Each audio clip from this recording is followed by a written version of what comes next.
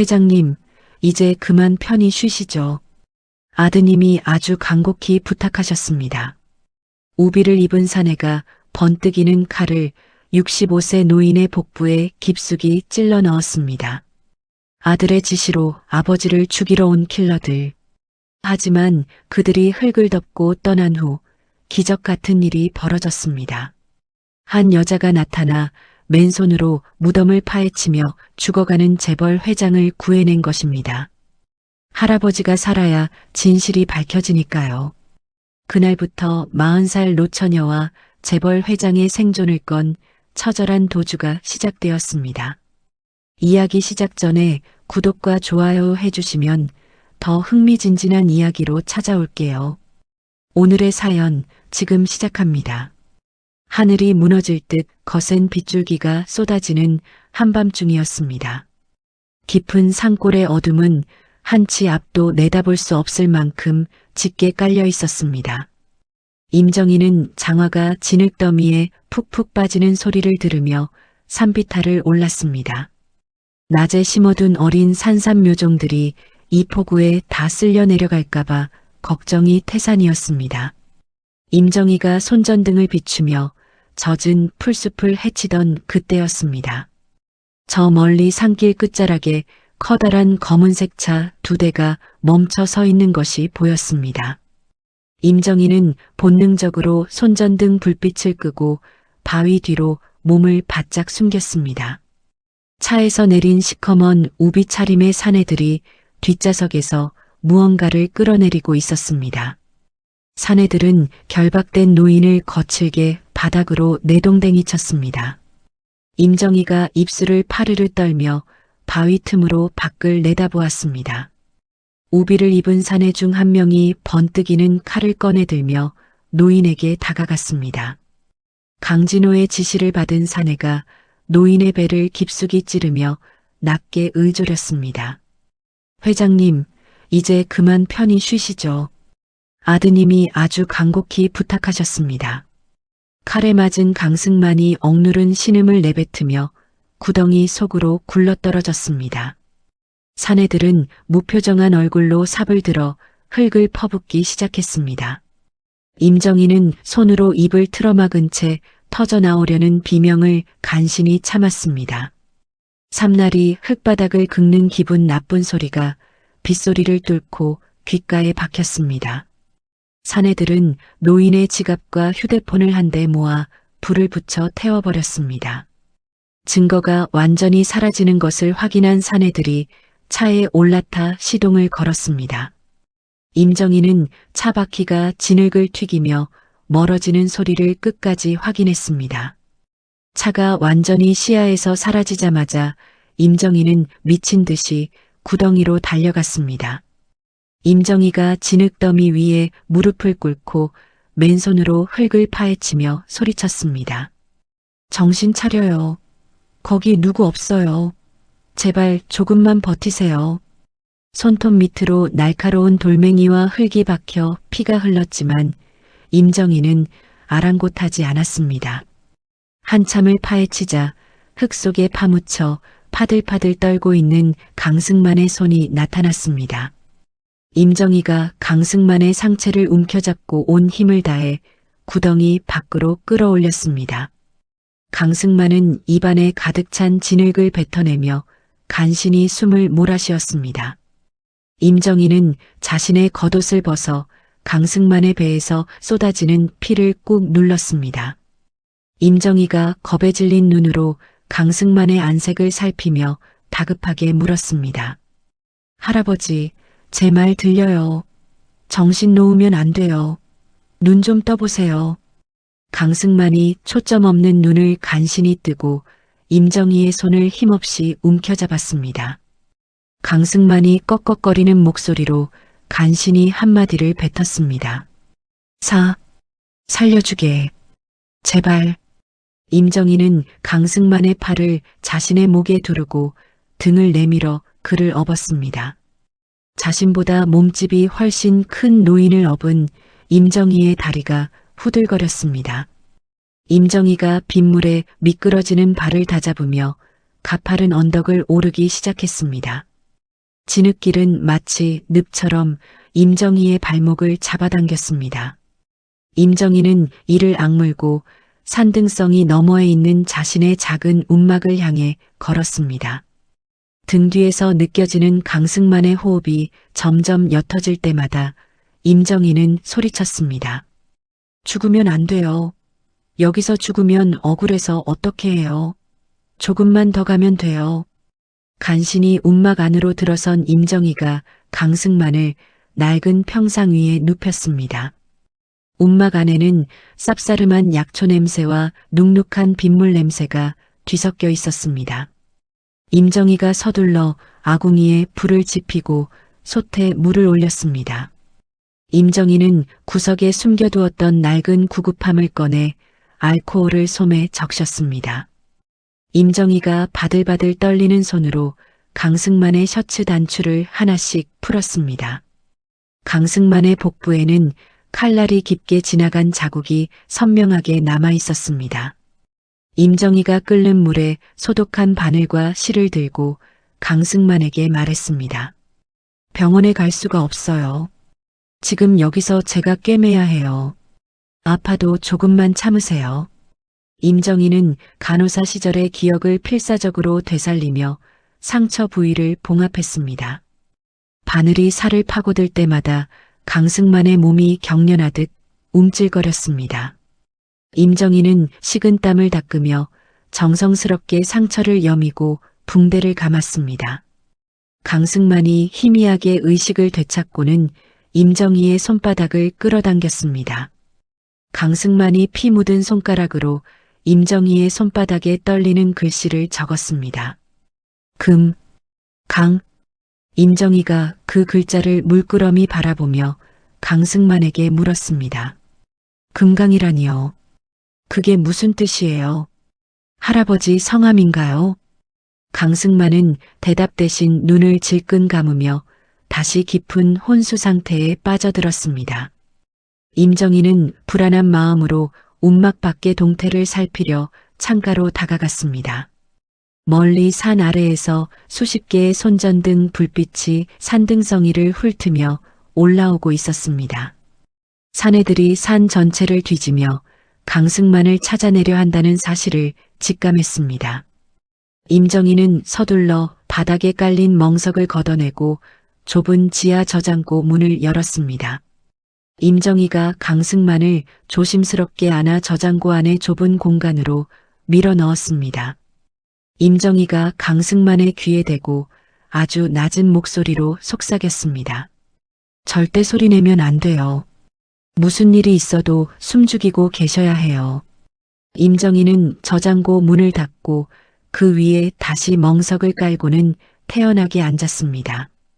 잠시 후 거친 발소리와 함께 움막 문이 부서질 듯 활짝 열렸습니다.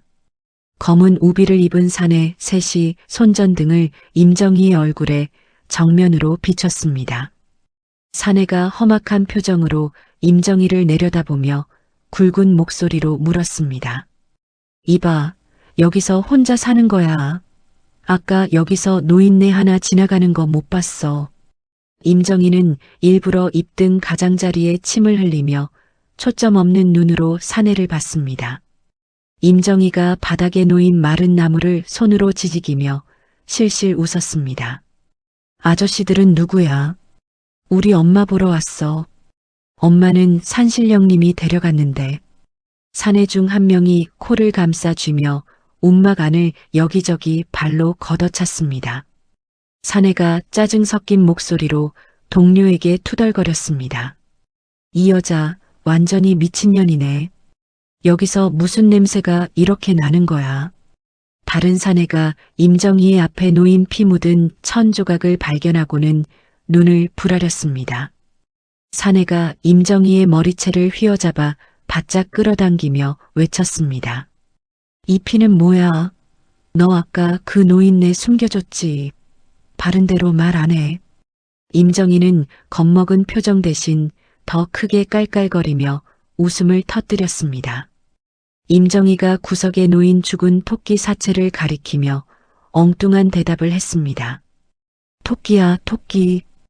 우리 토끼가 아파서 내가 약 발라줬어. 아저씨도 토끼고기 먹을래. 사내는 역겹다는 듯 임정희를 밀쳐냈고 임정희는 바닥에 볼품없이 나뒹굴었습니다. 사내들이 움막 안을 대충 훑어본 뒤 밖으로 나가며 무전기를 꺼냈습니다. 사내가 무전기에 대고 보고하는 소리가 빗소리 사이로 새어 들어왔습니다. 부회장님, 여기는 미친 여자밖에 없습니다. 위쪽 능선을 더 샅샅이 뒤져보겠습니다. 사내들의 발소리가 멀어지는 것을 확인한 임정희는 바닥에 엎드린 채 숨을 몰아쉬었습니다. 임정희의 심장이 가슴 밖으로 튀어나올 것처럼 거세게 요동치고 있었습니다. 임정희는 서둘러 저장고 문을 열고 강승만의 안색을 다시 살폈습니다. 강승만은 좁은 공간 안에서 식은땀을 흘리며 간신히 숨을 이어가고 있었습니다. 임정희가 강승만의 이마에 손을 얹으며 걱정스러운 목소리로 속삭였습니다. 이제 괜찮아요. 그놈들 갔어요. 할아버지, 정신 좀 차려보세요. 강승만이 힘겹게 눈을 뜨고는 임정희의 옷소매를 꽉 붙잡았습니다. 강승만이 갈라진 목소리로 임정희에게 간곡하게 부탁했습니다. 아무도 믿지 마라. 내 아들이 나를. 강승만은 말을 끝맺지 못한 채 다시 고개를 떨구며 의식을 잃었습니다. 임정희는 강승만이 했던 아들이라는 말에 온몸에 소름이 돋았습니다. 자식을 가진 아버지가 자식의 손에 죽을 뻔했다는 사실이 믿기지 않았습니다. 창밖으로는 여전히 거센 비바람이 불고 손전등 불빛들이 산을 헤매고 있었습니다. 임정희는 이 노인을 살리는 길이 자신의 목숨까지 거는 일임을 깨달았습니다. 임정희가 강승만의 차가운 손을 따뜻하게 감싸쥐며 단호하게 중얼거렸습니다. 걱정 마세요. 제가 꼭 살려드릴게요. 여기서 절대 죽게 안 둬요. 임정희는 밤새 잠 한 숨 자지 못한 채 움막 문틈으로 밖을 감시했습니다. 어둠이 깊어갈수록 산속의 적막함은 더욱 공포스럽게 다가왔습니다. 임정희는 강승만의 젖은 발을 마른 헝겊으로 정성스럽게 닦아주었습니다. 강승만의 손가락 끝이 미세하게 떨리는 것을 보며 임정희는 입술을 꽉 깨물었습니다. 자신의 평온했던 산속 생활이 완전히 깨졌다는 것을 직감했습니다. 하지만 임정희는 도망치는 대신 강승만의 머리맡을 지키며 밤을 지새웠습니다. 새벽녘이 되자 비는 잦아들었지만 산안개가 자욱하게 피어올랐습니다. 안개 속에서 또 다른 누군가의 발소리가 들려오기 시작했습니다. 임정희는 저장고 위에 다시 앉아 주먹을 꽉 쥐고 문 쪽을 쏘아보았습니다. 임정희의 눈빛에는 그 누구도 이 노인을 데려가게 두지 않겠다는 결연함이 서려 있었습니다. 임정희는 자신의 앞에 닥친 이 거대한 풍파를 온몸으로 맞설 준비를 마쳤습니다. 임정희가 낮게 가라앉은 목소리로 스스로에게 다짐하듯 말했습니다. 이제 시작이야. 무슨 일이 있어도 이분을 지켜내야 해. 안개 사이로 서서히 모습을 드러내는 검은 그림자를 보며 임정희는 숨을 멈췄습니다. 임정희의 긴장된 어깨 위로 차가운 새벽 공기가 무겁게 내려앉았습니다. 새벽 공기가 가슴을 찌르듯이 차가운 시간대였습니다. 임정희는 창살 틈으로 바깥을 살피며 숨을 죽였습니다. 하늘 위에서 윙윙거리는 기분 나쁜 기계음이 고요한 산속을 울리고 있었습니다. 임정희가 멍석을 걷어내고 지하 저장고 문을 열며 강승만을 향해 속삭였습니다. 할아버지, 제 목소리 들리시죠? 이제 여기서 나가야 해요. 저놈들이 하늘의 드론까지 띄웠어요. 강승만이 힘겹게 눈을 뜨며 임정희의 손을 잡고 떨리는 목소리로 대답했습니다. 나 때문에 자네까지 위험해지는구나. 그냥 나를 두고 가게. 임정희가 강승만의 얼굴에 묻은 진흙을 소매로 닦아내며 단호하게 말했습니다. 그런 소리 하실 거면 차라리 숨을 참으세요. 제가 살려드린다고 했잖아요. 임정희는 바닥에 고인 차가운 진흙을 두 손 가득 퍼올렸습니다. 임정희가 강승만의 얼굴과 옷 위에 진흙을 꼼꼼하게 펴바르며 덧붙였습니다. 이걸 발라야 열을 감지하는 카메라에 안 걸려요. 조금 차가워도 참으셔야 해요. 강승만이 차가운 감촉에 몸을 움츠리며 신음 섞인 어조로 물었습니다. 이런 걸 어디서 배웠나? 자네는 보통 내기가 아니구먼. 임정희가 자신의 얼굴에도 진흙을 덕지덕지 바르며 씁쓸하게 웃었습니다. 살다 보니 별걸 다 배우게 되더라고요. 자, 이제 제 등에 꽉 매달리세요. 임정희는 미리 준비해둔 튼튼한 로프로 강승만의 몸을 자신의 등과 단단히 밀착했습니다. 운막 문을 열자 자욱한 산안개가 시야를 가로막고 있었습니다. 임정희는 일반적인 등산로 대신 수풀이 허리까지 오는 우거진 비법정 탐방로로 발을 들였습니다. 한 걸음 뗄 때마다 등 뒤에서 강승만의 고통스러운 호흡이 귓가를 때렸습니다. 저 멀리 능선 너머에서 사내들의 고함 소리가 안개를 뚫고 들려왔습니다. 야, 이쪽은 발자국이 없다. 저 아래 늪지대 쪽을 더 훑어봐. 임정희는 신고 있던 장화 한쪽을 벗어 일부러 반대편 늪지대 쪽으로 힘껏 던졌습니다. 임정희가 가쁜 숨을 몰아쉬며 강승만에게 낮은 목소리로 상황을 전했습니다. 신발 한쪽을 미끼로 던졌어요. 그 사이에 우리는 저 암벽 구간으로 가야 해요. 강승만이 임정희의 어깨를 꽉 움켜쥐며 갈라진 목소리로 말했습니다. 고맙네. 정말 고마워. 내가 살아서 돌아가면 이 은혜는 절대 잊지 않겠네. 임정희가 암벽의 좁은 틈새에 몸바닥을 밀착하며 대답했습니다. 은혜는 살아서 갚으세요. 지금은 말씀 아끼고 버티는 데만 집중하세요. 두 사람은 가파른 암벽 구간인 귀면암의 좁은 틈새로 몸을 숨기며 나아갔습니다. 머리 위로 드론이 지나갈 때마다 임정희는 바위처럼 굳은 채 숨을 멈췄습니다. 강승만은 배의 통증이 심해지는지 임정희의 어깨를 이빨로 꽉 깨물며 비명을 참았습니다. 임정희가 바위 틈을 빠져나와 거대한 물줄기가 쏟아지는 폭포 뒤편에 도달했습니다. 폭포 안쪽에는 성인 2명이 겨우 앉을 수 있는 작은 동굴 공간이 있었습니다. 임정희가 강승만을 내려놓고 바닥에 앉히며 물었습니다. 배는 좀 어떠세요? 상처가 터지지는 않았나 봐요. 강승만이 젖은 얼굴을 닦아내며 안주머니에서 젖은 비닐 뭉치를 꺼냈습니다. 강승만이 비닐 속에 숨겨진 작은 마이크로 필름을 정희에게 보여주며 떨리는 목소리로 말했습니다. 이게 있으면 내 아들놈을 무너뜨릴 수 있네. 금강그룹의 모든 비리가 여기 담겨 있어. 임정희가 필름을 받아 자신의 외투 깊숙한 주머니에 넣으며 물었습니다.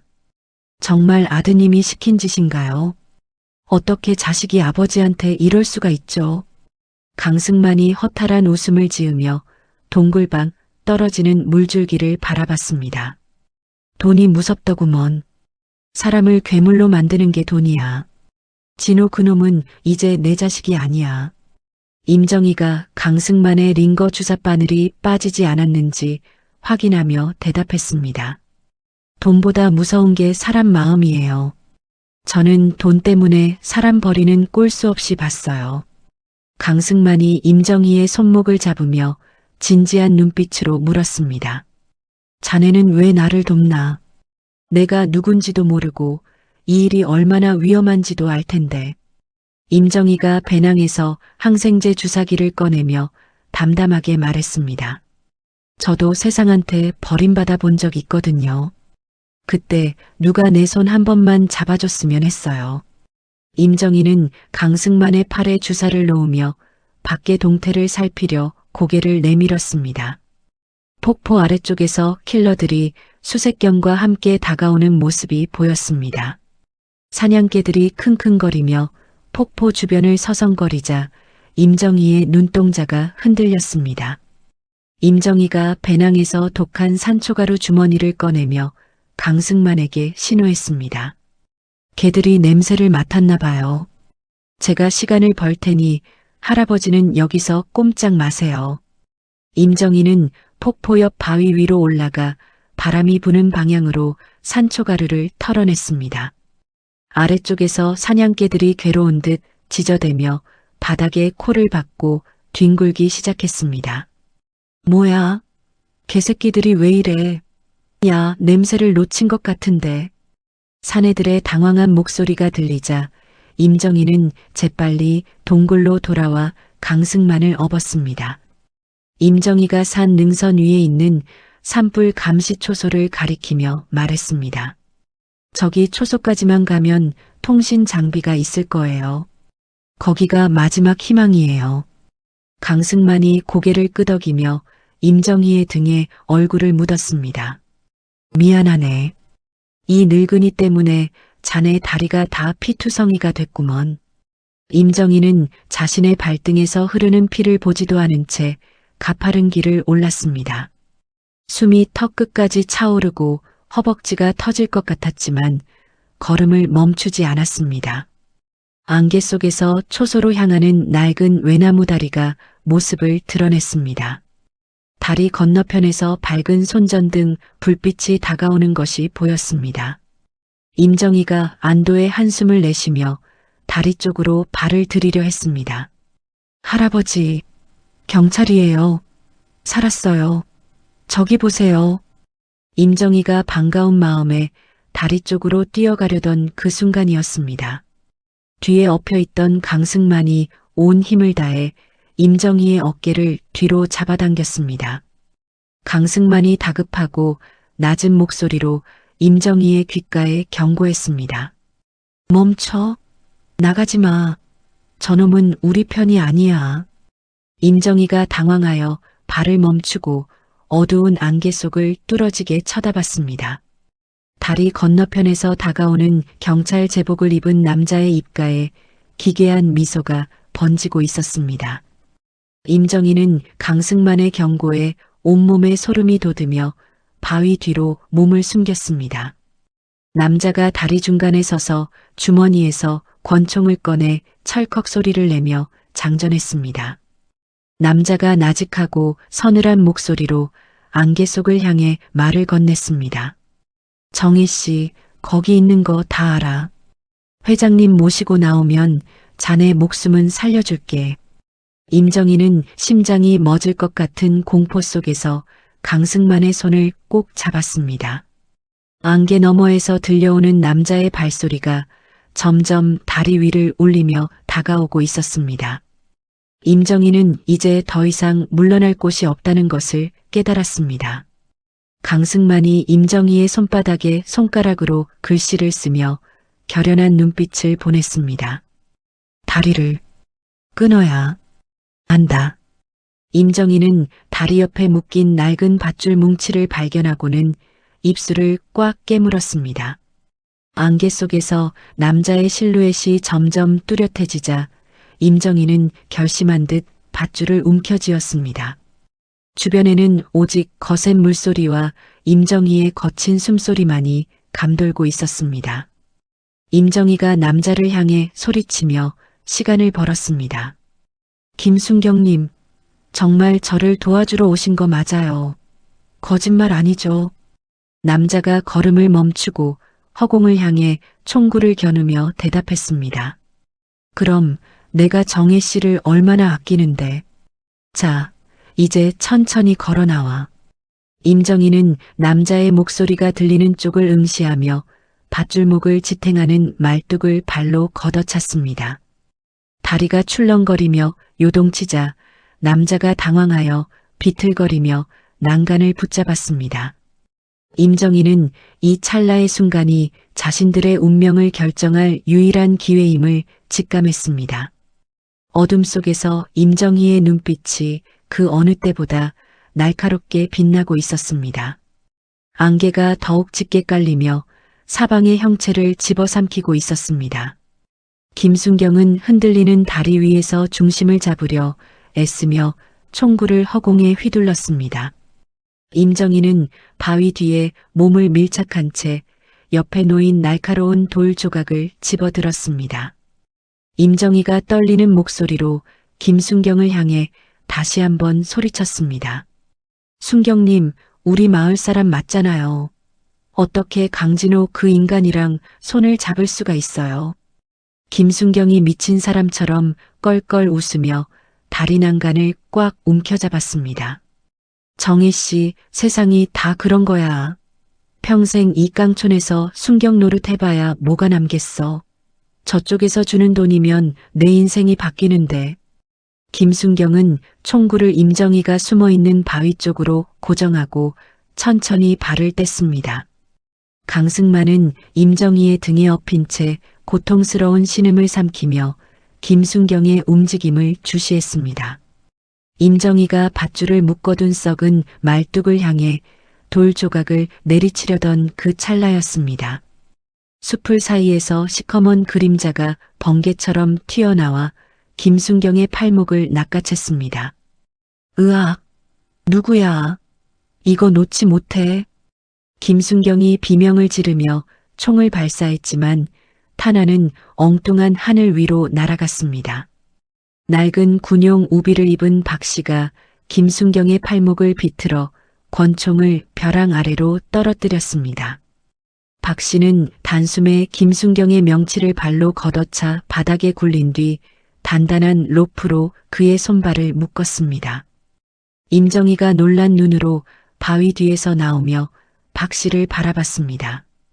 박 아저씨, 여긴 어떻게 알고 오셨어요? 정말 큰일 날 뻔했어요. 박 씨는 거친 숨을 몰아쉬며 우비 후드를 벗고 강승만의 안색을 살폈습니다. 정이 내 이년아, 산속에 총성이 울리는데 내가 가만히 있겠냐? 이 양반 상태가 아주 엉망이구먼. 박 씨는 과거 정보사 요원 시절의 실력을 발휘해 순식간에 김순경의 입에 재갈을 물려나무에 묶었습니다. 강승만이 박 씨를 올려다보며 갈라진 목소리로 간신히 물었습니다. 자네는 누구인가? 정희의 지인인가? 박 씨가 강승만의 상처 부위를 꾹 누르며 무심하게 대답했습니다. 살려준 사람 친구라고 생각하십시오. 지금 대화할 시간 없습니다. 놈들이 헬기까지 띄웠습니다.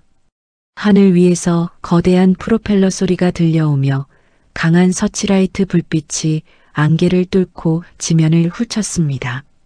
강진호가 보낸 용병들이 탄 헬기가 초소 주변을 선회하며 투항을 권고하는 방송을 내보냈습니다. 임정희, 당신은 지금 중범죄를 저지르고 있다.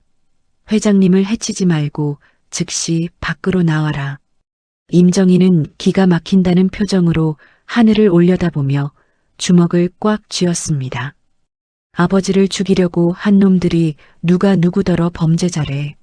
정말 뻔뻔하기 짝이 없네.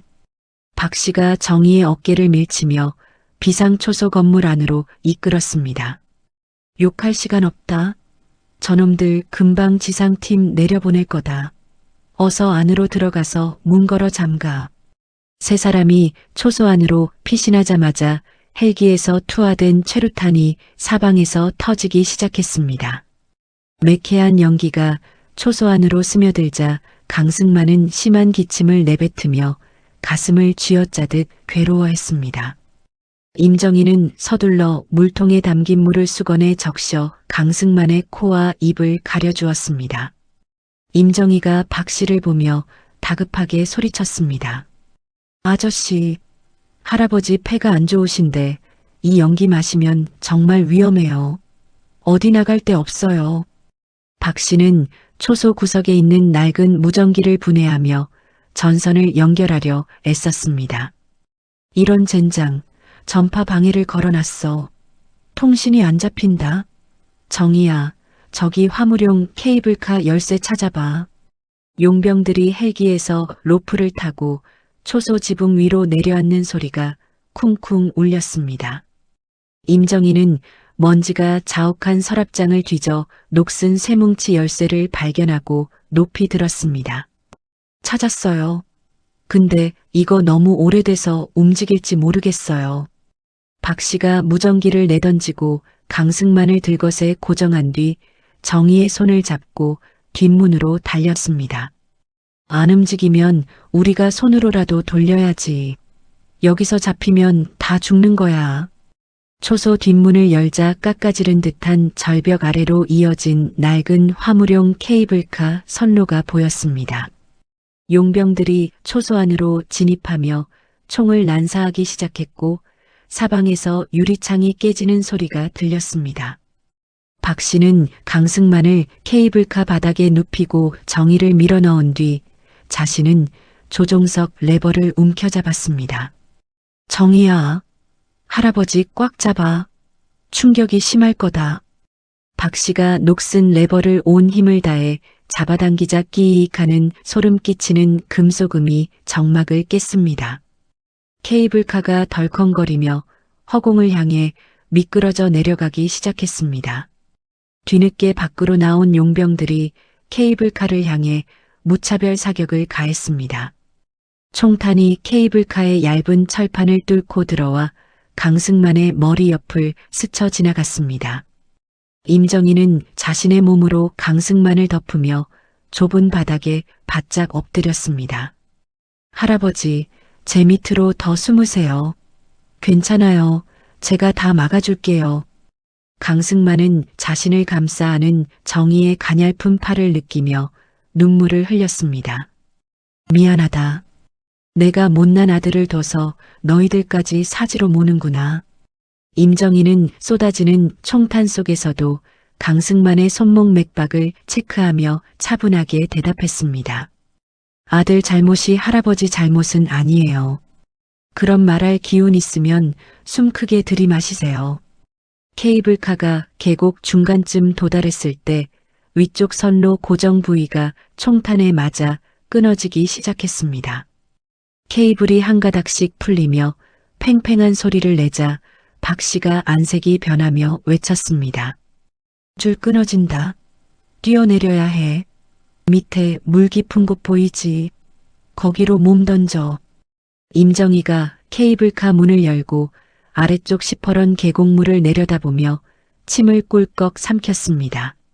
아저씨, 할아버지는 부상자인데 이 높이에서 뛰어내리면 정말 죽어요. 박 씨가 강승만을 들것째 자신의 몸에 묶으며 단호하게 말했습니다. 여기 있으면 100% 죽고 뛰어내리면 1%라도 산다. 정희야, 셋하면 뛴다. 케이블카가 마지막 한 줄에 매달려 위태롭게 요동치기 시작했습니다. 박 씨가 셋 하고 외치는 순간 세 사람은 허공으로 몸을 던졌습니다.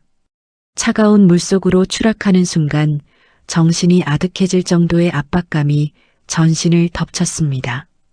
임정희는 물속에서 허우적거리며 강승만의 들것이 떠오르는 쪽으로 필사적으로 헤엄쳤습니다. 박 씨가 강승만을 붙잡고 수면 위로 올라오자 정희도 그들의 곁으로 다가가 들것 한쪽을 잡았습니다. 할아버지, 정신 차리세요. 물 안 먹었죠? 대답 좀 해보세요. 강승만은 의식을 잃은 채 창백한 안색으로 물 위에 떠 있었습니다. 박 씨와 정희는 급류에 몸을 맡긴 채 추격자들의 눈을 피해 어두운 계곡 하류로 떠내려갔습니다. 머리 위로 지나가는 헬기의 불빛이 수면을 스쳐 지나갔지만 다행히 그들을 발견하지 못했습니다. 임정희는 물속에서도 강승만의 상처 부위가 벌어지지 않게 손으로 꽉 누르고 있었습니다. 손가락 끝이 감각이 없을 정도로 얼어붙었지만 임정희는 결코 손을 놓지 않았습니다. 박 씨는 강승만을 안전한 바위 밑으로 끌어올린 뒤 정희를 도와 무트로 올라왔습니다. 정희야, 저기 밑에 폐교 보이지? 일단 저기 보건실로 가야 한다. 임정희는 덜덜 떨리는 몸을 가누며 강승만을 다시 살폈습니다. 강승만의 호흡 소리가 마치 쇠 긁는 소리처럼 거칠게 변해 있었습니다. 임정희는 자신의 젖은 옷가지를 쥐어짜며 결연한 표정으로 박 씨를 바라봤습니다. 가요, 아저씨. 여기서 끝낼 순 없잖아요. 저 노인네 꼭 살려서 저 나쁜 아들놈 앞에 세울 거예요. 박 씨가 정희의 머리를 한번 쓰다듬어주며 묵직하게 고개를 끄덕였습니다. 그래, 내 깡 하나는 알아줘야겠다. 어서 움직이자. 놈들이 금방 강변을 뒤질 거다. 세 사람은 어두운 밤안개를 헤치며 폐허가 된 분교 건물을 향해 무거운 발걸음을 옮겼습니다. 강승만은 가쁜 숨을 몰아쉬며 정희의 어깨 위로 고개를 툭 떨어뜨렸습니다. 임정희는 강승만의 손을 꽉 잡으며 다시 한번 마음속으로 다짐했습니다. 자신의 삶이 이토록 치열해질 줄 몰랐지만 그녀는 이제 더 이상 도망자가 아니었습니다. 어둠 속에서 반짝이는 임정희의 눈동자는 그 어느 때보다 강한 생명력을 내뿜고 있었습니다. 자신의 뒤를 쫓는 거대 기업의 그림자가 아무리 깊어도 그녀는 굴하지 않을 기세였습니다. 임정희는 차가운 밤 공기를 들이마시며 폐교의 낡은 정문을 향해 힘차게 뛰어갔습니다. 박 씨는 뒤를 돌아보며 킬러들의 접근을 감시했고 세 사람의 그림자는 길게 늘어졌습니다. 이제 그들에게 남은 것은 오직 생존을 위한 마지막 반격뿐이었습니다. 임정희는 강승만의 차가운 체온을 자신의 가슴으로 데우며 계속해서 말을 걸었습니다. 할아버지, 다 왔어요. 이제 따뜻한 곳으로 갈 거예요. 제 말 들리... 강승만의 손가락이 미세하게 정희의 팔을 꼬집는 것이 느껴졌습니다. 임정희는 그 작은 반응에도 세상을 다 얻은 듯한 미소를 지으며 눈물을 훔쳤습니다. 차가운 빗물과 눈물이 섞여 얼굴을 타고 흘러내렸지만 임정희는 멈추지 않았습니다. 마침내 폐교 보건실 문 앞에 도달한 세 사람은 굳게 닫힌 문을 마주했습니다. 박 씨가 발로 문걸쇠를 부수자 삐걱거리는 소리와 함께 어둠 속에서 먼지가 일어났습니다. 임정희는 서둘러 강승만을 낡은 침대 위에 눕히고 젖은 옷을 벗기기 시작했습니다. 이제부터는 시간과의 싸움이며 자신들이 가진 모든 힘을 쥐어짜야 할 순간이었습니다. 임정희는 캐비닛을 뒤져 비상용 의약품을 찾으며 다시금 투지를 불태웠습니다. 어두운 교실 안에서 타오르는 작은 촛불 하나가 세 사람의 운명을 비추고 있었습니다. 임정희의 손길은 거칠었지만 따뜻했고 그 손끝에서 노인의 생명이 다시금 이어지고 있었습니다. 그들은 이제 한 팀이 되어 세상에서 가장 위험하고도 고귀한 도주를 이어가고 있었습니다. 누구도 예상치 못한 이들의 동행은 이제 거대한 폭풍을 향해 나아가고 있었습니다. 임정희가 강승만의 이마를 닦아주며 낮게 속삭였습니다. 살아야 해요. 할아버지가 살아야 진실이 밝혀지니까요.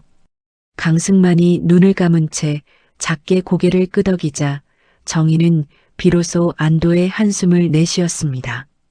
밖에서는 다시 비가 내리기 시작했고 세 사람의 긴 밤은 그렇게 깊어갔습니다. 임정희는 창밖의 어둠을 쏘아보며 내일 다가올 운명을 맞이할 준비를 마쳤습니다.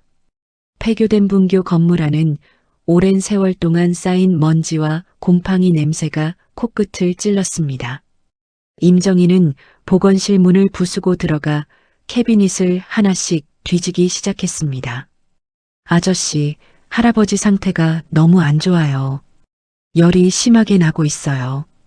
임정희가 강승만의 이마에 손을 얹으며 박 씨를 돌아봤습니다. 박 씨는 강승만을 낡은 침대에 눕히고 젖은 옷을 벗기며 대답했습니다. 물에 빠져서 몸이 차가워진 데다 상처까지 있으니 폐렴이 올 수 있어. 약이 있나? 임정희가 서랍 맨 아래에서 유통기한이 임박한 항생제 주사액을 발견하고 높이 들었습니다. 있어요. 다행히 항생제가 남아있네요. 기한이 좀 지났지만 안 쓸 수는 없어요. 강승만은 입술이 파랗게 질린 채 가쁜 숨을 몰아쉬고 있었습니다. 임정희가 알코올 솜으로 강승만의 팔을 닦고 주사 바늘을 꽂으며 속삭였습니다. 할아버지, 조금만 더 버티세요. 약이 들어가면 금방 나아지실 거예요. 박 씨는 통신실로 향해 벽에 걸린 낡은 전화선을 뜯어보며 중얼거렸습니다. 이런, 전화선이 다 끊어져 있네. 뭔가 연결할 방법이 없을까? 박 씨가 가방에서 간이 통신 장비를 꺼내 전선과 연결하기 시작했습니다. 임정희는 강승만의 상처 부위를 다시 소독하며 물었습니다. 아저씨는 어떻게 이런 걸 다 아세요? 보통 사람이 아니시죠? 박 씨가 전선을 이어 붙이며 씁쓸하게 웃었습니다. 옛날에 나라를 위해 일했다고 해두자. 그때 정혜 네가 내 신경통을 고쳐줘서 빚이 있거든. 갑자기 강승만이 눈을 번쩍 뜨고 임정희의 손목을 붙잡았습니다. 자네는 의사인가? 임정희가 고개를 가로저으며 강승만의 손을 꼭 잡았습니다. 간호사였어요. 병원에서 잘못된 일을 고발했다가 쫓겨났죠. 강승만이 임정희의 손을 놓지 않고 떨리는 목소리로 말했습니다. 고마워. 정말 고마워. 나 같은 늙은이를 위해서. 임정희가 강승만의 이마를 닦아주며 단호하게 대답했습니다. 늙었다고 함부로 말씀 마세요. 할아버지는 꼭 살아서 진실을 밝혀야 해요. 박 씨가 통신기에서 지직거리는 소음을 들으며 기뻐했습니다. 정희야, 전파가 잡힌다. 내 옛날 동료한테 연락할 수 있을 것 같아. 박 씨가 통신기에 대고 낮은 목소리로 암호를 불렀습니다. 여기는 까마귀. 독수리 있나? 긴급 상황이다.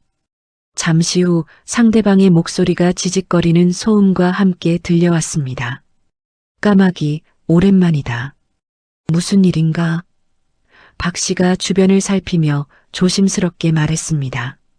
금강그룹 회장이 아들한테 살해 위기를 당했다. 지금 내가 보호하고 있어.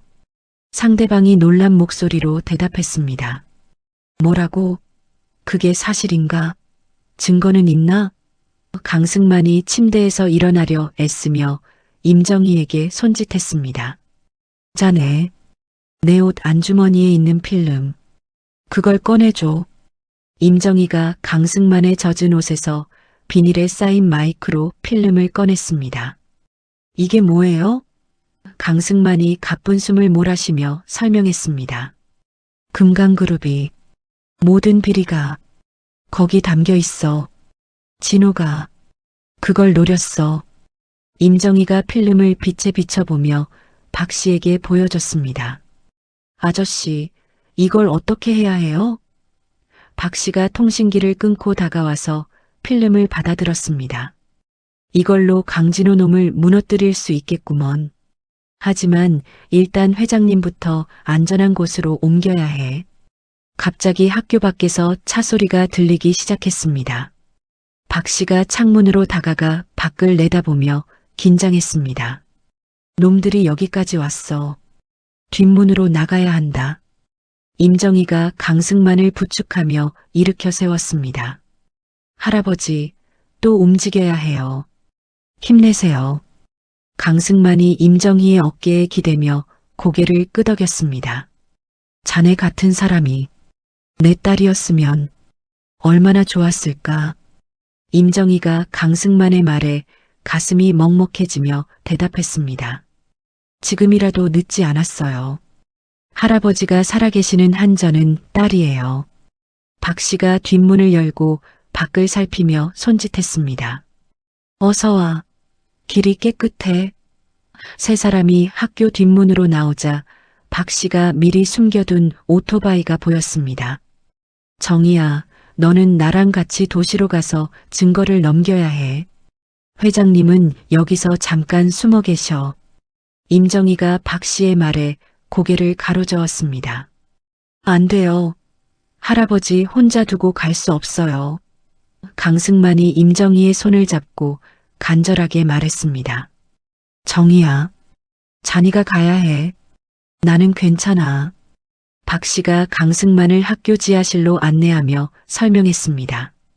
여기서 하루만 숨어 계세요. 우리가 증거를 넘기고 돌아올 테니까. 임정희가 강승만에게 남은 약과 물을 건네며 눈물을 참았습니다. 할아버지, 약 꼭 챙겨 드시고 무슨 일 있어도 여기서 나가시면 안 돼요. 강승만이 임정희의 볼을 쓰다듬으며 미소 지었습니다. 걱정 마라. 내가 어디 가겠나. 빨리 다녀와라. 박 씨가 오토바이 시동을 걸며 임정희를 재촉했습니다. 어서 타. 시간이 없어. 임정희가 강승만에게 마지막 인사를 하고 박 씨의 오토바이 뒤에 올라탔습니다. 오토바이가 산길을 달려 내려가며 학교가 점점 멀어졌습니다.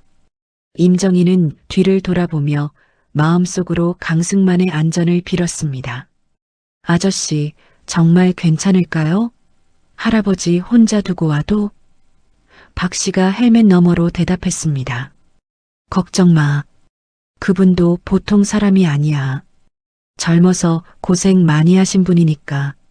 도시 외곽으로 들어서자 뒤에서 검은 승용차들이 추격해 오기 시작했습니다.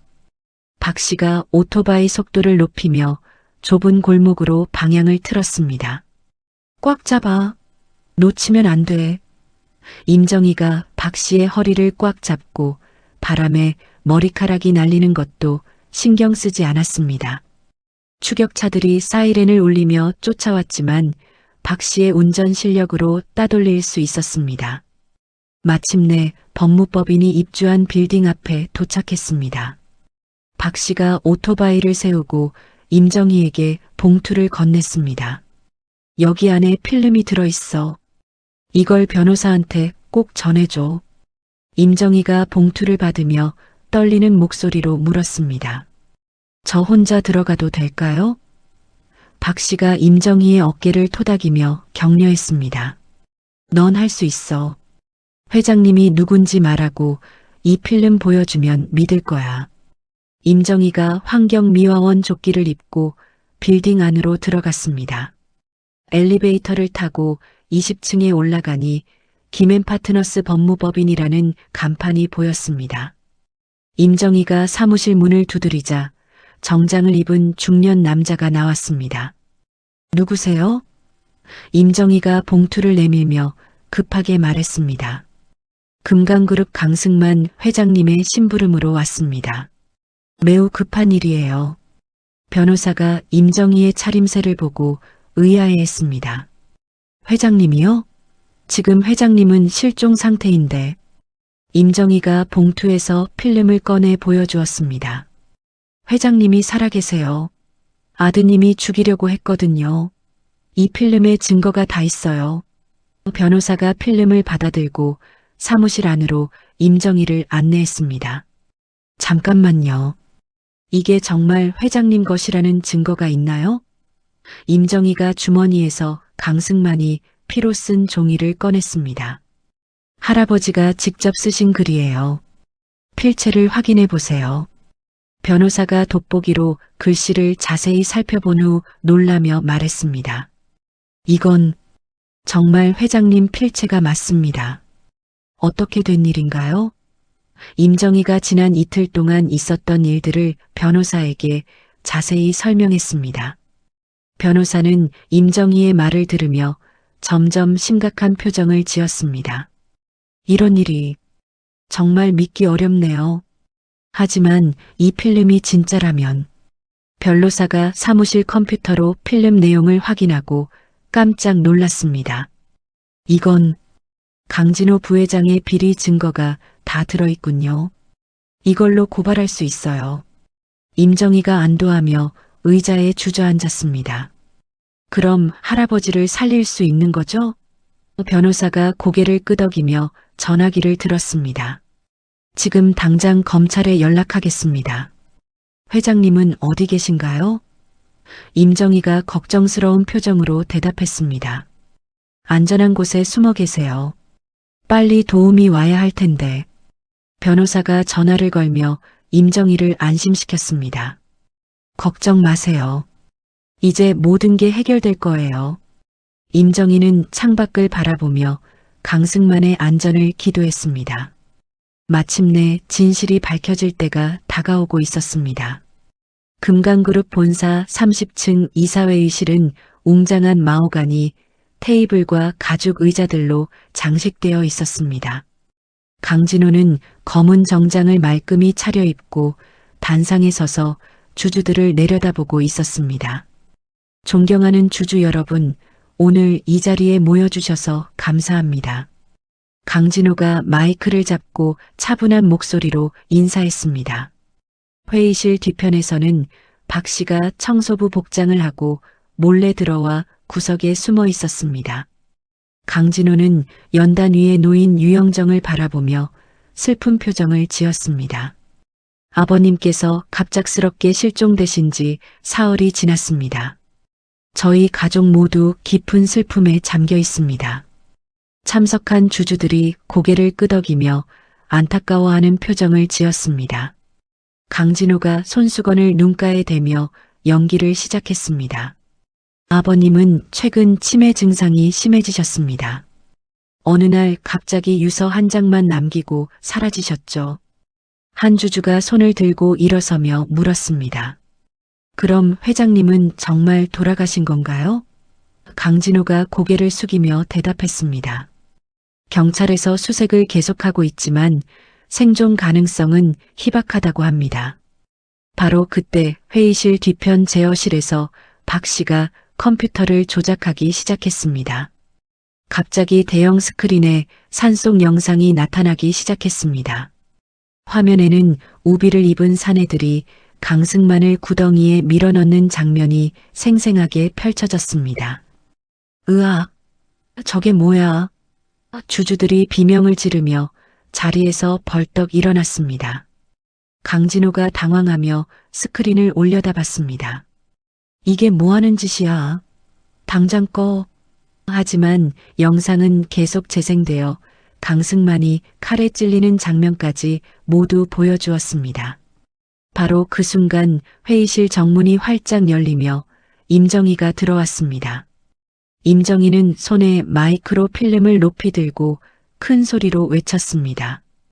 여기 강진호 부회장의 모든 범죄 증거가 있어요. 강진호가 임정희를 보고 얼굴이 새하얗게 질렸습니다. 저 여자가 누구야? 어떻게 여기 들어온 거야? 임정희가 단상으로 걸어가며 주주들을 향해 소리쳤습니다. 강진호는 아버지를 죽이려고 했어요. 지금 스크린에 나온 게 증거예요. 주주들이 웅성거리기 시작하며 강진호를 의심스럽게 쳐다봤습니다.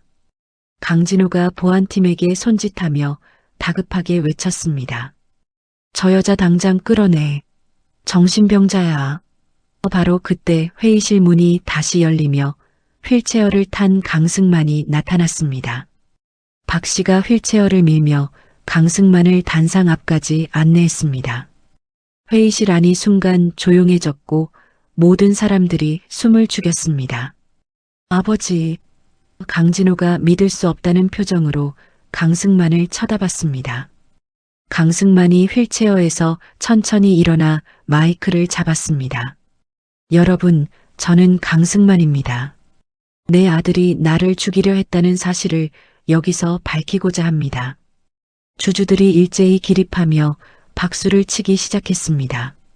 강진호가 뒤로 물러서며 도망치려 했지만 이미 검찰 수사관들이 문을 막고 있었습니다. 강진호 씨 살인미수 혐의로 체포합니다. 수사관이 강진호에게 수갑을 채우며 말했습니다. 강진호가 발버둥치며 소리쳤습니다. 이건 조작이야. 저 여자가 아버지를 세뇌한 거야. 강승만이 마이크에 대고 단호하게 말했습니다. 진호야, 네가 한 일은 용서받을 수 없다. 이제 법의 심판을 받아라. 임정희가 강승만 곁으로 다가가 휠체어를 잡아주었습니다. 강승만이 임정희의 손을 꽉 잡으며 주주들을 향해 말했습니다. 이 젊은 분이 제 생명을 구해주었습니다. 앞으로 이분을 제 딸로 생각하겠습니다. 주주들이 다시 한번 큰 박수를 보냈습니다. 임정희는 벽에 기대어 안도의 눈물을 흘리기 시작했습니다. 강진호는 수갑을 찬 채 끌려나가면서도 원망스러운 눈빛으로 강승만을 쳐다봤습니다. 아버지, 왜 나한테는 한 번도 사랑한다고 말 안 해주셨어요? 강승만이 아들을 바라보며 슬픈 표정을 지었습니다. 진호야, 사랑은 돈으로 사는 게 아니다. 네가 그걸 몰라서 이렇게 된 거야. 강진호가 마지막까지 소리치며 회의실에서 사라졌습니다. 이건 끝이 아니야. 내가 다시 돌아올 거야. 회의실이 다시 조용해지자 강승만이 임정희에게 말했습니다. 정희야, 정말 고마웠다. 네가 아니었다면 나는 정말 죽었을 거야. 임정희가 강승만의 손등에 자신의 손을 올리며 대답했습니다. 할아버지, 이제 끝난 거죠?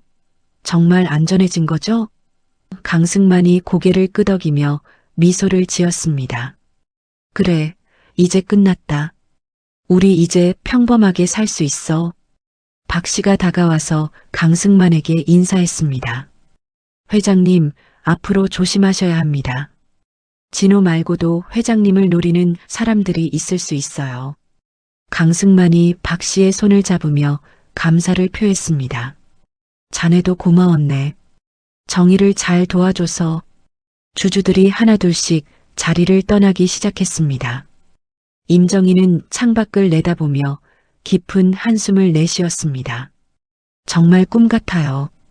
이틀 전만 해도 조용히 산에서 살고 있었는데 강승만이 임정희의 어깨를 토닥이며 말했습니다.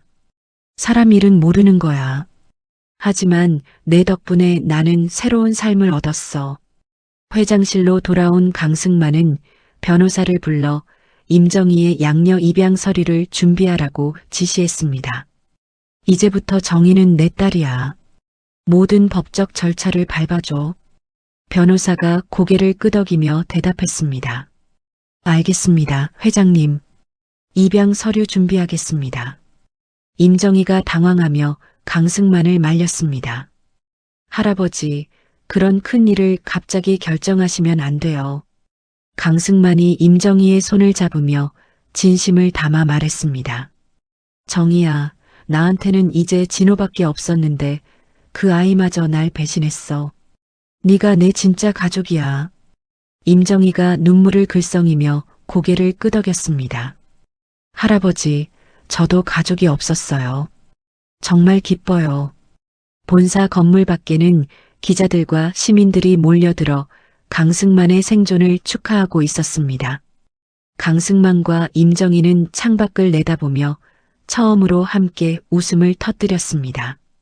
박 씨도 그들 곁에서 흐뭇한 표정을 지으며 바라봤습니다. 이제 정말 새로운 시작이네요. 강승만이 임정희를 보며 따뜻하게 말했습니다. 그래, 우리의 새로운 시작이야. 이제 진짜 가족이 된 거지. 임정희는 강승만의 말에 가슴이 뭉클해져서 더 이상 말을 하지 못했습니다. 그렇게 길고 험난했던 이틀이 마침내 행복한 결말로 끝나가고 있었습니다. 일주일 후 강승만은 회장실에서 평소와 같이 업무를 보고 있었습니다. 임정희는 양녀 입양 절차를 마치고 강승만의 비서실에서 일하며 새로운 삶에 적응하고 있었습니다. 아버지, 오늘 스케줄 확인해 드릴까요? 임정희가 서류를 들고 회장실로 들어가며 말했습니다. 강승만이 고개를 들어 임정희를 보며 미소 지었습니다. 그래, 정희야. 오늘은 뭐가 있나? 바로 그때 회장실 문이 거칠게 열리며 50대 중반의 여자가 들어왔습니다. 강 여사는 값비싼 명품 정장을 입고 도도한 표정으로 강승만을 내려다봤습니다. 오빠, 오랜만이네요. 강승만이 강 여사를 보고 표정이 굳어졌습니다. 영숙이 너 왜 왔어? 강 여사가 소파에 앉으며 차갑게 말했습니다. 진호가 감옥에 들어간 마당에 내가 안 올 수 있겠어요? 이 회사는 우리 강씨 가문 거잖아요. 임정희가 강 여사를 경계하며 강승만 곁으로 다가갔습니다. 강 여사가 임정희를 훑어보며 비웃었습니다. 이 여자가 그 유명한 임정희인가 보네요. 오빠를 깨워서 양녀까지 됐다면서요? 임정희가 차분하게 대답했습니다. 안녕하세요. 저는 임정희입니다. 강 여사가 가방에서 서류 뭉치를 꺼내며 강승만에게 내밀었습니다. 오빠, 이거 읽어보세요. 의사 진단서예요. 강승만이 서류를 받아보고 깜짝 놀랐습니다. 이게 뭐야? 내가 치매라고? 강 여사가 팔짱을 끼며 냉소적으로 웃었습니다. 산에서 고문당하신 후유증으로 심각한 정신적 문제가 생겼대요. 판단 능력이 떨어져서 경영을 계속할 수 없다는 진단이에요. 임정희가 서류를 빼앗아 보며 화를 냈습니다. 이건 조작된 거예요. 아버지는 멀쩡하시다고요. 강 여사가 임정희를 노려보며 말했습니다. 조작이라고? 증거가 있어요? 이건 대학병원 정신과 과장이 직접 진단한 거예요. 갑자기 강승만이 머리를 감싸며 쓰러질 듯 비틀거렸습니다. 아야. 임정희가 깜짝 놀라 강승만을 부축했습니다. 아버지, 어디가 아프세요? 강승만이 갑작스럽게 의식을 잃고 바닥에 쓰러졌습니다. 아버지. 임정희가 강승만을 흔들며 비명을 질렀습니다. 강 여사는 냉정하게 휴대폰을 꺼내 119에 신고했습니다. 여보세요? 금강그룹 본사에서 응급환자가 생겼어요. 빨리 와주세요. 구급차가 도착해 강승만을 병원으로 실어갔습니다. 임정희는 응급실 앞에서 초조하게 기다리며 걸음을 왔다 갔다 했습니다. 제발 괜찮으시길. 강 여사는 의자에 앉아 여유롭게 차를 마시며 임정희를 쳐다봤습니다. 1시간 후 의사가 나와서 결과를 알려줬습니다. 뇌압이 급격히 상승했습니다. 당분간 의식을 회복하기 어려울 것 같습니다. 임정희가 의사를 붙잡으며 울먹였습니다. 그럼 언제 깨어나실까요? 의사가 고개를 가로저으며 대답했습니다. 확실하게 말씀드리기 어렵습니다. 며칠이 될 수도 있고 몇 달이 될 수도 있어요. 강 여사가 의사에게 다가가며 물었습니다. 혹시 이 상태로 계속 계실 가능성도 있나요? 의사가 고개를 끄덕이며 대답했습니다. 그런 경우도 배제할 수 없습니다. 임정희는 중환자실 창문 너머로 의식불명 상태의 강승만을 바라보며 눈물을 흘렸습니다. 다음 날 강 여사는 법원에 성년후견인 신청서를 제출했습니다. 법원 직원이 강 여사에게 설명했습니다. 환자가 의식불명 상태라면 성년후견인 지정이 가능합니다. 가족 중에 신청하시는 분이 계시니까요. 강 여사가 만족스러운 표정으로 고개를 끄덕였습니다. 그럼 언제부터 제가 오빠 재산을 관리할 수 있나요? 법원 직원이 서류를 정리하며 대답했습니다. 심사 후 일주일 정도면 결정될 것 같습니다. 한편 임정희는 병원에서 강승만을 돌보며 밤을 새우고 있었습니다. 아버지, 제 목소리 들리세요? 빨리 일어나세요. 박 씨가 병실로 찾아와 임정희를 위로했습니다. 정희야, 너무 걱정하지 마. 회장님은 강한 분이야. 임정희가 박 씨를 보며 불안하게 말했습니다. 아저씨, 강 여사가 뭔가 꾸미고 있는 것 같아요. 아버지를 후견인으로 지정받으려고 해요. 박 씨가 심각한 표정을 지으며 대답했습니다. 그럼 안 되는데. 그 여자가 후견인이 되면 회장님 재산을 마음대로 할 수 있어. 이틀 후 법원에서 강 여사의 후견인 신청이 받아들여졌습니다. 강 여사는 기자들과 인터뷰를 하며 자신의 입장을 밝혔습니다. 오빠의 경영권을 제가 대신 행사하게 되었습니다. 임정이라는 여자는 오빠가 정상이 아닐 때 접근한 사기꾼입니다. 임정희는 TV 뉴스를 보며 분노에 떨었습니다. 사기꾼이라니 어떻게 저런 거짓말을. 박 씨가 임정희의 어깨를 잡으며 달랬습니다. 화내지 마. 우리가 반드시 막을 거야. 그날 밤 병원에 의문의 남자가 나타났습니다. 남자는 간병인 복장을 하고 강승만의 병실로 들어갔습니다. 임정희는 화장실을 다녀오다가 복도에서 그 남자를 목격했습니다. 저 사람은 누구지? 임정희가 조심스럽게 병실 문틈으로 안을 들여다봤습니다. 남자는 강승만의 링거에 이상한 약물을 주입하려 하고 있었습니다. 임정희가 깜짝 놀라 문을 박차고 들어갔습니다. 뭐 하는 짓이에요? 남자가 당황하며 주사기를 숨겼습니다. 간병인입니다. 약물 투여 중이에요. 임정희가 남자의 손목을 잡으며 따졌습니다. 거짓말 마세요. 당신 간병인 아니죠? 남자가 임정희를 밀치고 도망치려 했지만 임정희가 필사적으로 붙잡았습니다. 둘이 몸싸움을 벌이던 중 남자가 숨겨둔 칼을 꺼냈습니다. 비켜. 안 그러면 다쳐. 임정희가 칼을 피하려다 옆구리에 상처를 입고 바닥에 쓰러졌습니다. 으악! 남자가 다시 강승만에게 접근하려는 순간 병실 문이 열렸습니다. 박 씨가 들어와 남자를 제압하고 바닥에 눕혔습니다. 정희야, 괜찮아? 임정희가 옆구리를 감싸며 일어났습니다. 괜찮아요. 아버지는 무사하죠? 박 씨가 남자를 묶으며 대답했습니다. 그래, 다행히 약물은 들어가지 않았어. 임정희는 휴대폰으로 이 모든 상황을 실시간으로 촬영하기 시작했습니다. 이제 강 여사의 정체가 드러날 거예요. 강승만의 심박 동기가 불안정하게 요동치기 시작했습니다. 임정희가 상처를 참으며 강승만에게 심폐소생술을 시행했습니다. 아버지, 포기하시면 안 돼요. 박 씨가 경찰에 신고하며 강 여사의 범행을 신고했습니다.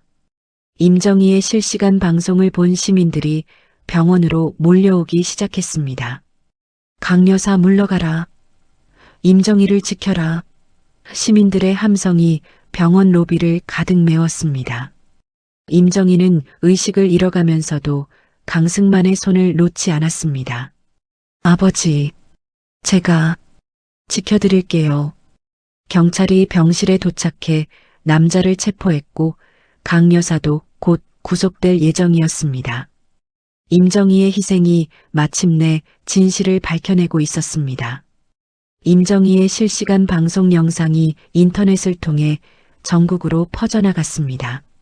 시민들이 병원 로비에 몰려들어 강 여사의 퇴진을 요구하는 시위를 벌였습니다.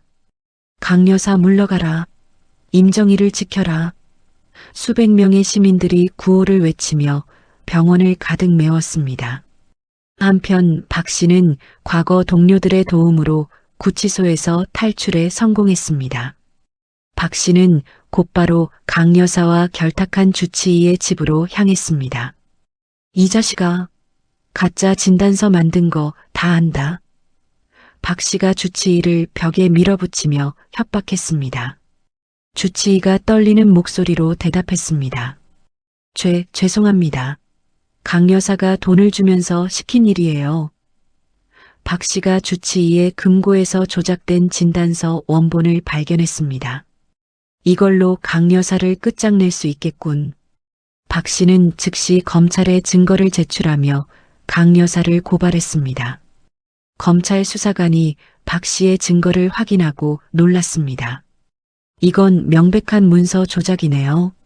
즉시 체포영장을 발부하겠습니다. 강 여사는 이사회에 참석하려고 회사로 향하던 중 경찰에 체포당했습니다. 뭐 하는 짓이에요? 저는 합법적으로 후견인이 된 거라고요. 강 여사가 발버둥치며 항의했지만 소용없었습니다. 수사관이 강 여사에게 수갑을 채우며 말했습니다.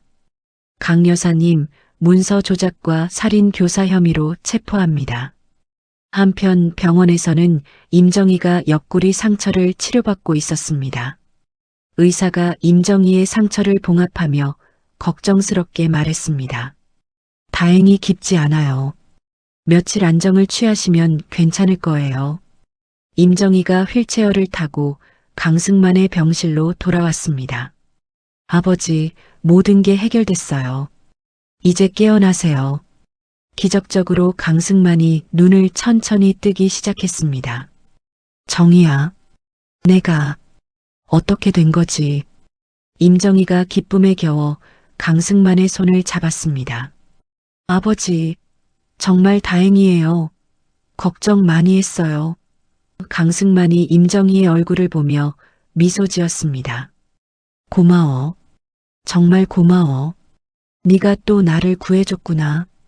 법원은 임정희의 헌신과 방송 증거를 바탕으로 강 여사의 후견인 지위를 즉각 박탈했습니다. 판사가 법정에서 선언했습니다. 강 여사의 후견인 자격을 취소하고 임정희 씨에게 임시 후견인 권한을 부여합니다.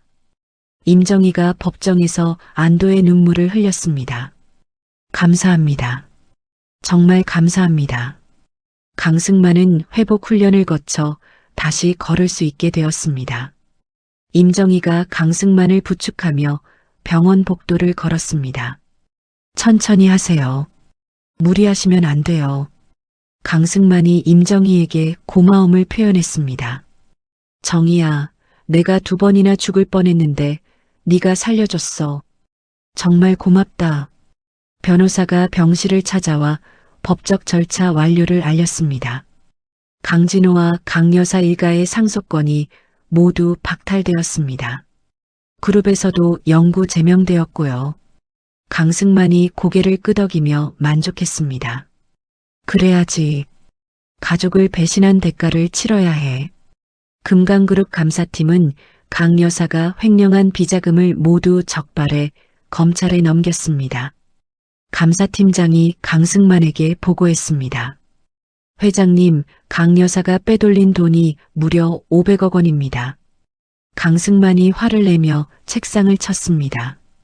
500억이나? 저 여자가 그렇게 탐욕스러웠구나. 부패했던 이사들은 스스로 사퇴서를 제출하며 회사를 떠났습니다. 임정희는 강승만의 대리인으로서 경영 정상화에 앞장섰습니다. 직원들이 임정희에게 존경의 인사를 건넸습니다. 정희 이사님, 정말 고생 많으셨습니다. 임정희가 겸손하게 고개를 숙이며 대답했습니다. 저 혼자 한 일이 아니에요.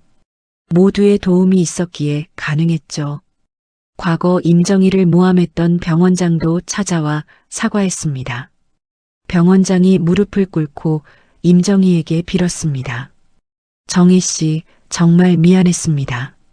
제가 너무 잘못했어요. 임정희가 병원장을 일으켜 세우며 담담하게 말했습니다. 이제 다 지난 일이에요. 앞으로는 올바르게 해주세요.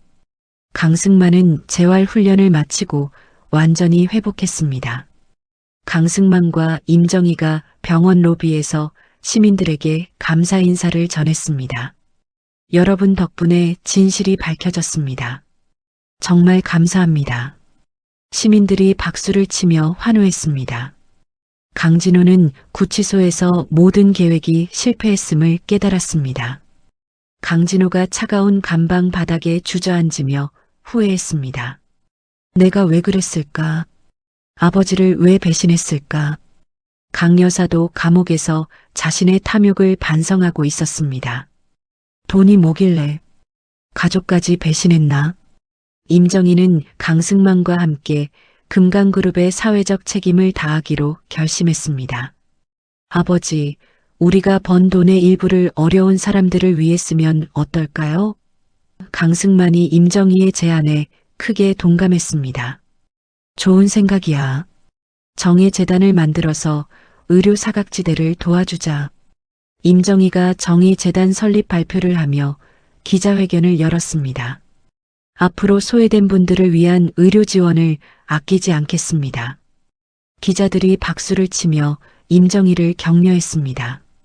모든 법적 분쟁이 종료된 후 강승만과 임정희는 함께 퇴원했습니다. 정희야, 이제 정말 새로운 시작이구나. 임정희가 강승만의 팔을 잡으며 미소 지었습니다. 네, 아버지. 앞으로 행복하게 살아요. 두 사람은 그들이 처음 만났던 산골로 향하며 새로운 인생을 시작할 준비를 마쳤습니다. 이제 더 이상 위험도 없고 진짜 가족이 된 두 사람의 앞에는 희망찬 미래가 기다리고 있었습니다. 1년 후 깊은 산골에 낡은 움막이 있던 자리에는 현대적이고 아름다운 건물이 들어서 있었습니다. 금강 숲속 도서관이라는 간판이 걸린 2층 건물은 마을 사람들의 새로운 문화 공간이 되었습니다. 임정희는 작업복을 입고 도서관 뒤편 텃밭에서 약초를 가꾸고 있었습니다. 오늘도 싱싱하게 자랐네. 임정희가 상추를 따며 혼자 중얼거렸습니다. 도서관 안에서는 강승만이 동네 아이들에게 옛날 이야기를 들려주고 있었습니다. 그래서 그 용감한 공주님이 왕자님을 구해줬단다. 아이들이 박수를 치며 강승만 주변에 둘러앉아 있었습니다. 할아버지, 또 다른 이야기도 들려주세요. 한 아이가 강승만의 소매를 잡아당기며 졸랐습니다. 강승만이 아이들의 머리를 쓰다듬으며 웃었습니다. 그래, 할아버지가 또 재미있는 이야기 들려줄게. 박 씨는 도서관의 보안 및 관리실장으로 일하며 평화로운 일상을 보내고 있었습니다. 회장님, 오늘 서울에서 방문객들이 온다고 하던데요. 박 씨가 강승만에게 스케줄을 알려줬습니다. 강승만이 시계를 보며 고개를 끄덕였습니다. 아, 그래. 정희에게도 말해줘. 점심 준비해야지. 임정희는 한 달에 한 번 금강그룹 본사를 방문해 경영 고문 역할을 하고 있었습니다. 직원들이 임정희를 보며 반갑게 인사했습니다. 정희 이사님, 이번 달 실적 보고서 준비됐습니다. 임정희가 서류를 받아보며 만족스러워했습니다. 좋네요. 투명한 경영이 정착되고 있는 것 같아요. 금강그룹은 국민들에게 가장 신뢰받는 기업 1위로 선정되었습니다. 언론에서도 강승만과 임정희의 경영 철학을 크게 보도했습니다. 금강그룹이 보여준 기업의 사회적 책임이 모범이 되고 있습니다. 뉴스 앵커가 화면 속에서 말했습니다. 강진호와 강 여사의 재산은 전액 몰수되어 범죄 피해자 기금으로 사용되었습니다. 두 사람은 각각 10년의 실형을 선고받고 복역 중이었습니다. 강진호가 감옥에서 면회온 변호사에게 말했습니다. 아버지께 용서를 빌고 싶어요. 편지라도 전해드릴 수 있을까요? 변호사가 고개를 가로저으며 대답했습니다. 회장님께서는 면회나 편지를 거부하고 계십니다. 임정희는 과거 자신을 박해했던 세상이 이제는 따뜻하게 느껴진다고 생각했습니다. 매일 아침 산책을 나가며 새로운 하루에 감사하는 마음을 가졌습니다. 정말 많은 일이 있었구나. 임정희가 혼자서 지난 시간을 되돌아보며 미소 지었습니다. 어느 가을날 강승만이 임정희를 도서관 정원으로 불렀습니다. 정희야, 이리 와봐. 줄 게 있어. 임정희가 다가가자 강승만이 정식 가족관계 증명서를 내밀었습니다. 이제 법적으로도 완전히 내 딸이 되었어. 임정희가 서류에 적힌 자신의 이름을 보며 감격했습니다. 아버지, 정말 고마워요. 강승만이 임정희를 꼭 안아주며 말했습니다. 내가 더 고맙지. 네가 내 인생을 바꿔줬어. 두 사람은 노을이 지는 산등성이를 바라보며 서로의 어깨에 기댔습니다. 마을 사람들이 임정희의 용기를 기리기 위해 마을 입구에 작은 기념비를 세웠습니다. 생명을 구한 의인 임정희라는 글귀가 새겨져 있었습니다. 마을 이장이 제막식에서 인사말을 했습니다. 정혜 씨 덕분에 우리 마을이 희망의 상징이 되었습니다. 임정희가 출간한 수필집산에서 잡은 손이 베스트셀러가 되었습니다. 독자들이 임정희에게 편지를 보내며 용기를 얻었다고 감사 인사를 전했습니다. 정혜 씨의 이야기를 읽고 포기하려던 일을 다시 시작했어요. 한 독자가 편지에 써보냈습니다. 박 씨는 은퇴 요원들을 위한 기술교육센터를 재단 내에 설립했습니다. 과거에 나라를 위해 일한 분들이 사회에 복귀할 수 있도록 돕겠습니다. 박 씨가 센터 개원식에서 말했습니다. 어느 저녁 강승만과 임정희가 함께 저녁을 먹고 있었습니다. 임정희가 정성껏 차린 산채 비빔밥을 강승만 앞에 놓았습니다. 아버지, 드셔보세요. 오늘 제가 직접 캔 나물로 만들었어요. 강승만이 한 젓가락 떠서 맛을 보고 활짝 웃었습니다. 내 인생에서 가장 맛있는 밥상이야. 정말이야. 임정희도 따라서 웃으며 대답했습니다. 과장하시긴. 하지만 기분 좋으니까 매일 해드릴게요. 식사를 마친 두 사람이 도서관 앞 벤치에 나란히 앉았습니다. 하늘에는 별들이 반짝이고 있었고 멀리서 벌레 소리가 들려왔습니다. 강승만이 임정희를 보며 진심 어린 마음을 전했습니다. 정희야, 너를 만난 게 내 인생 최고의 행운이었어. 임정희가 강승만의 손을 잡으며 고개를 끄덕였습니다. 저도 그래요. 아버지 덕분에 진짜 가족이 뭔지 알게 됐어요. 멀리서 올빼미 울음소리가 들리고 산바람이 나뭇잎을 흔들었습니다. 강승만과 임정희는 그렇게 조용한 밤을 함께 보내며 행복을 만끽했습니다. 도서관 한쪽 벽에는 강승만이 직접 쓴 글귀가 걸려 있었습니다. 진정한 재벌은 돈이 아닌 곁에 있는 사람의 수로 결정된다. 이 글귀를 보는 사람들마다 깊은 감동을 받았습니다. 카메라가 두 사람의 웃음소리가 울려 퍼지는 숲속 도서관을 뒤로하고 천천히 물러갔습니다. 강승만이 처음 구조되었던 구덩이 자리에는 이제 아름다운 야생화들이 활짝 피어 있었습니다. 죽음의 장소였던 그곳이 이제는 생명과 희망의 상징이 되었습니다. 임정희와 강승만의 이야기는 많은 사람들에게 용기와 희망을 주는 전설이 되었습니다. 진정한 가족의 의미와 인간의 존엄성에 대한 깊은 메시지를 남기며 이야기는 막을 내렸습니다.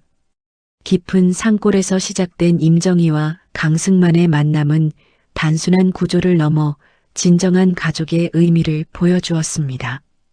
돈과 권력 앞에서 가족까지 배신하는 냉혹한 현실 속에서도 한 사람의 따뜻한 마음이 얼마나 큰 기적을 만들어낼 수 있는지 깨닫게 해주는 이야기였습니다.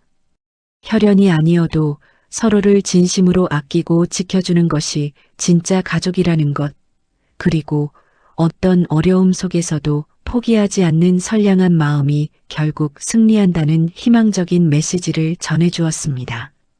임정희처럼 어려운 이웃을 외면하지 않는 용기와 강승만처럼 잘못을 인정하고 새롭게 시작할 수 있는 겸손함이 우리 사회에 더 많이 퍼져나가길 바랍니다. 이야기를 끝까지 들어주셔서 감사합니다. 누군가의 이야기 속에서 당신의 마음이 쉬어갈 수 있길 바랍니다. 구독과 좋아요로 이 따뜻한 여정을 함께 해주세요. 다음 이야기에서 또 만나요.